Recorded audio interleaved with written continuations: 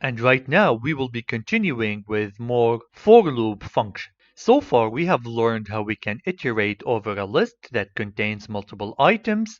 We have also learned how we can iterate over a certain range of numbers. But sometimes we would like to combine these two iteration techniques together. So let me give you an example.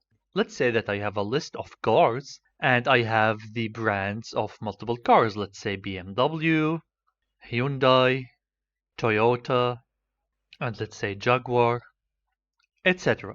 What we have learned so far is that we can iterate over this list and print it out. So we will say for items in cars, we can say print items. And here we will be getting all the names one by one. Now, sometimes I would need to actually print the index of every element. Right now I am only printing what's inside the list, but what if I want to print the number of every element? So I would like to print BMW is 1, Hyundai is 2, Toyota is 3, and Jaguar is 4. We can certainly just say for items in, let's say, range between 0 and the len of cars. We can certainly say that, and then we would be printing items, and we will be getting 0, 1, 2, 3. And then if I want to print the car, maybe I would say print cars, and then pass the items as an index. So we would be getting 0 BMW, 1 Hyundai, and etc.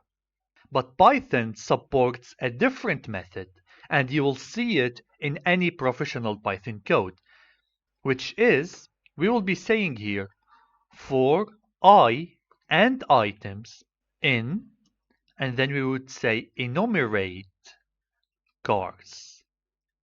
Okay? Now all I need to do is just print items and print I. The syntax of me having the list and its index is not necessary anymore if I am using this method here.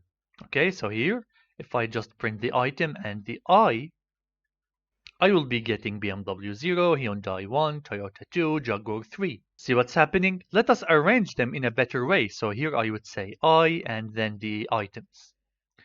Now let me print this. You'll see 0 and the car brand, 1 car brand, etc. To use enumerate, you need a counter first, and then you need the variable that will be assigned to all of your list elements.